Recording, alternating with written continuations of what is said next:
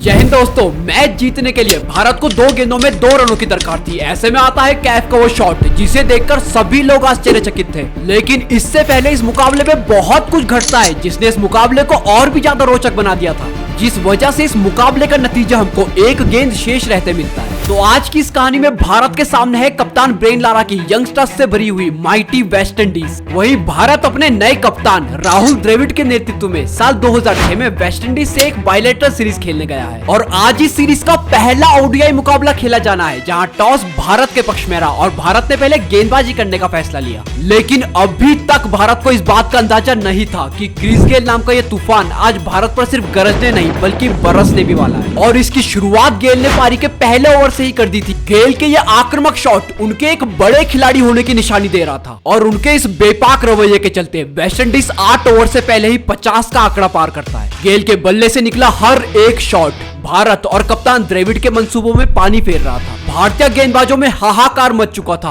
क्योंकि the universe boss कहे जाने वाले क्रिस गेल तूफान बनकर भारत पर टूट पड़े थे। गेंदबाजों ने अपने तरकश के सारे तीर चला डाले, लेकिन आज कोई भी निशाने पर नहीं लग रहा था और पारी के 13 ओवर्स पूरे हो चुके थे। अभी भी भारत अपने पहले विकेट की तलाश कर रहा था। तभी भारत के लिए उम्मीद की किरण लेकर आते हैं अजीत अगरकर और वो मॉर्टन को विकेटों के पीछे धोनी के हाथों कॉट बिहाइंड आउट करवा देते हैं। और वेस्ट इंडीज कुछ सोच पाता उससे पहले हरभजन सिंह ने राम नरेश सरवन को महज 2 रनों पर एलबीडब्ल्यू आउट करके वेस्ट इंडीज खेमे में सनसनी सी मचा दी थी। गेल एक छोर पर खड़े थे और अब उनका साथ देने मैदान पर आते हैं स्वयं कप्तान ब्रेन लारा और लारा ने गेल के साथ मिलकर वेस्ट इंडीज की इस लड़खड़ाती पारी को संभाला। लेकिन क्रिस गेल तो आज हर चैलेंज लेने को तैयार थे। वो शुरुआत से एक ही गियर में बल्लेबाजी कर रहे थे। अब वो अपना अर्धशतक भी पूरा करते हैं, लेकिन इसके तुरंत बाद मैदान में बारिश आने लगती है और खेल को रोकना पड़ता है। और इसके कुछ देर बाद जब खेल दोबारा शुरू होता है तो हमें देखने को मिलता है गेल का तूफान, क्योंकि अब एक छोर से तो विकेट्स गिरते जा रहे थे लेकिन दूसरे छोर पर गेल स्कोरबोर्ड पर बेधड़क रन टांगते रहे। भारत हर किसी को आउट करके वापस भेज पा रहा था सिवाय क्रिस गेल के। अब खराब मौसम होने के कारण ड्रेसिंग रूम से संदेश आता है कि मुकाबले को 45 ओवर का कर दिया गया है। बस फिर क्या था, गेल और ज्यादा बेखौफ होकर बल्लेबाजी करने लगे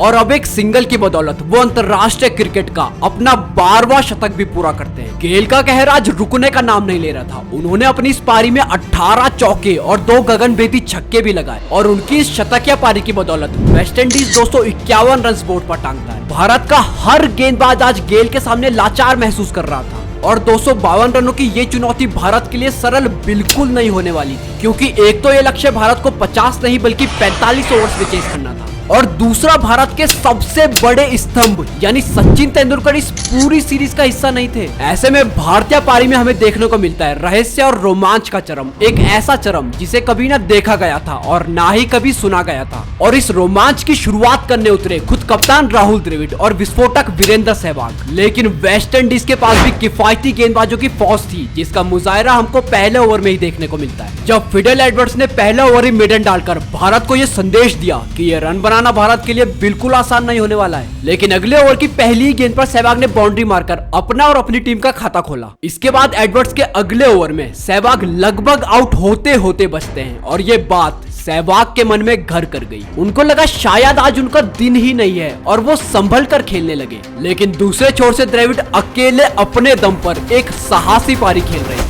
इसके बाद सहवाग ने भी अपनी पारी में 3 चौके तो लगाए, परंतु जैसे ही ये पारी 50 के पार जाती है तो एक बार फिर से सहवाग को बाउंड्री पर जीवन दान मिल जाता है, लेकिन इसका फायदा सहवाग को नहीं मिलता है। और जैसे ही सैमुअल सहवाग का कैच छोड़ते हैं, सहवाग 2 रन के लिए दौड़ पड़ते हैं और सैमुअल के एक एक्यूरेट थ्रो के कारण सहवाग रन आउट हो जाते हैं। भारत का एक आक्रामक शुरुआत करने का सपना ही रह जाता है, क्योंकि इसके बाद विकेटों का यह पतन यही नहीं रुकता है और नए बल्लेबाज इरफान पठान भी मात्र 1 रन बनाकर स्लिप में कैच थमा देते हैं। भारत के लिए संकट के बादल मंडराने लगे थे और इन बादलों को दूर करने के लिए मैदान पर युवराज सिंह का आगमन होता है। अब दोनों ने समझदारी का परिचय देते हुए एक साझेदारी बुनने का प्लान बनाया और ये प्लान कुछ हद तक कामयाब भी हो रहा था। लेकिन इस बीच आता है यूवी का वो शॉट जो लाखों करोड़ों भारतीयों के टूटे हुए दिल का प्रमाण था, क्योंकि ये शॉट सैमुअल्स के हाथों में जाकर खत्म होता है और यूवी की महज 12 रनों की पारी का भी अंत होता है। दूसरे छोर पर कप्तान द्रविड़ ये सब घटता हुआ देख रहे थे और उनकी जिम्मेदारी अब इस मैच में और ज्यादा बढ़ चुकी थी। मात्र 86 रनों के भीतर भारत अपने 3 महत्वपूर्ण विकेट खोकर अब प्रेशर में था और ये प्रेशर नए बल्लेबाज मोहम्मद कैफ की बल्लेबाजी में साफ झलक रहा था, क्योंकि अब एक और जहां द्रविड़ चढ़कर बल्लेबाजी कर रहे थे, वहीं कैफ दबे कदमों से रन बनाए जा रहे थे। परंतु कप्तान द्रविड़ के इस काउंटर अटैक के सामने सभी विंडीज गेंदबाज पानी मांग रहे थे, क्योंकि अब भारत का स्कोर तो 100 के पार जाता ही है, साथ में कप्तान द्रविड़ भी अपना अर्धशतक पूरा करते हैं और ये अर्धशतक तूफान से पहले का सन्नाटा था। द्रविड़ के इस बेखौफ रवैये के सामने वेस्टइंडीज का पूरा गेंदबाजी क्रम तहस नहस हो चुका था। सामने से गेंदबाज बदल रहे थे लेकिन अंजाम नहीं बदल रहा था। ये देखकर अब कैफ का भी हौसला वापस आ चुका था और कैफ के ये आत्मविश्वास से भरे शॉट भारतीय समर्थकों के मन में उम्मीद की किरण जगा रहे थे और धीरे धीरे एक साझेदारी भी पनप रही थी, जो वेस्टइंडीज के लिए एक सरदर्द बनती जा रही थी, क्योंकि अब ये साझेदारी पहले 50 और फिर 100 के भी पार जाती है और मैच का रुख भी इस साझेदारी ने भारत की तरफ मोड़ दिया था।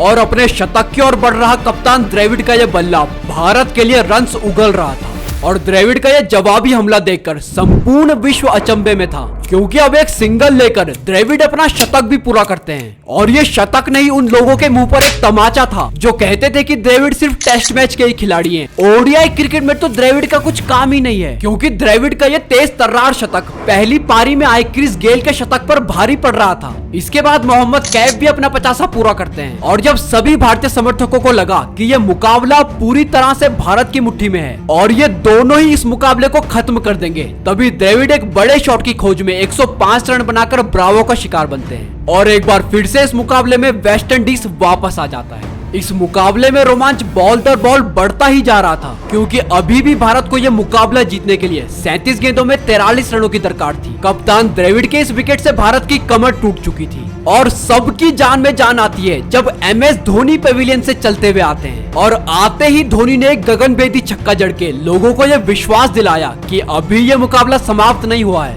क्योंकि धोनी यही नहीं रुकते हैं और अगले ओवर में लगातार 2 चौके मारकर भारत से प्रेशर को छूमंतर कर देते हैं। धोनी नाम का ये कहर वेस्टइंडीज पर हावी हो ही रहा था कि तभी एक और बड़े शॉट की खोज में धोनी बाउंड्री पर कैच आउट हो जाते हैं और फैंस की उम्मीद अभी जगी भी नहीं थी कि उन उम्मीदों ने वही दम तोड़ दिया। अब ये मुकाबला जीतने के लिए भारत को 15 गेंदों में 19 रनों की जरूरत थी। सभी अपनी आंखें बंद किए हाथ जोड़कर ऊपर वाले से जीत की दुआएं मांग रहे थे। धोनी काफी हद तक अपना काम कर चुके थे, लेकिन अब कमान थी रायना और कैफ के हाथों में। अगली गेंद पर कैफ के बल्ले का एज लगता है और गेंद चौके के लिए चली जाती है। इसके बाद रायना ने भी एक बाउंड्री मारकर भारत को जीत के और करीब लाया और दोनों के बीच कुछ सिंगल्स डबल्स की बदौलत ये मुकाबला अब आखिरी ओवर में पहुंचता है, जहां भारत को जीत का स्वाद चखने के लिए महज 4 रनों की ही जरूरत थी। लेकिन गेंद थी वेस्टइंडीज के डेथ स्पेशलिस्ट गेंदबाज ब्रावो के हाथों में और ब्रावो ने पहली 2 गेंदें डॉट डालकर भारतीय खेमे में सनसनी सी मचा दी थी। अब भारत को 4 गेंदों में 4 रन चाहिए थे। इस मुकाबले का रोमांच देखकर अपनी नब्ज पर काबू कर पाना हर किसी के लिए बेहद मुश्किल होता जा रहा था।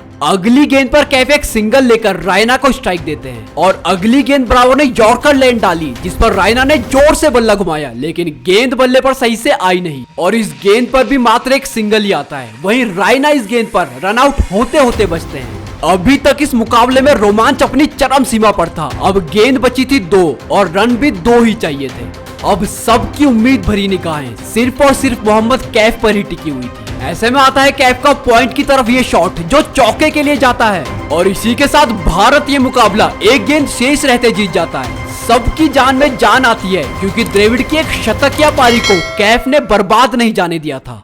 दर्शकों में खुशी की लहर दौड़ पड़ी थी, क्योंकि तराजू में बैठे इस मुकाबले का नतीजा फाइनली भारत के पक्ष में आ चुका था। इसके बाद द्रविड़ को उनकी 105 रनों की पारी के लिए मैन ऑफ द मैच से भी नवाजा जाता है और इस तरह इस सीरीज की शुरुआत भारत ने जीत के साथ करी थी। अब आप लोग कमेंट करके बताइए कि क्या आपने ये मुकाबला लाइव देखा था।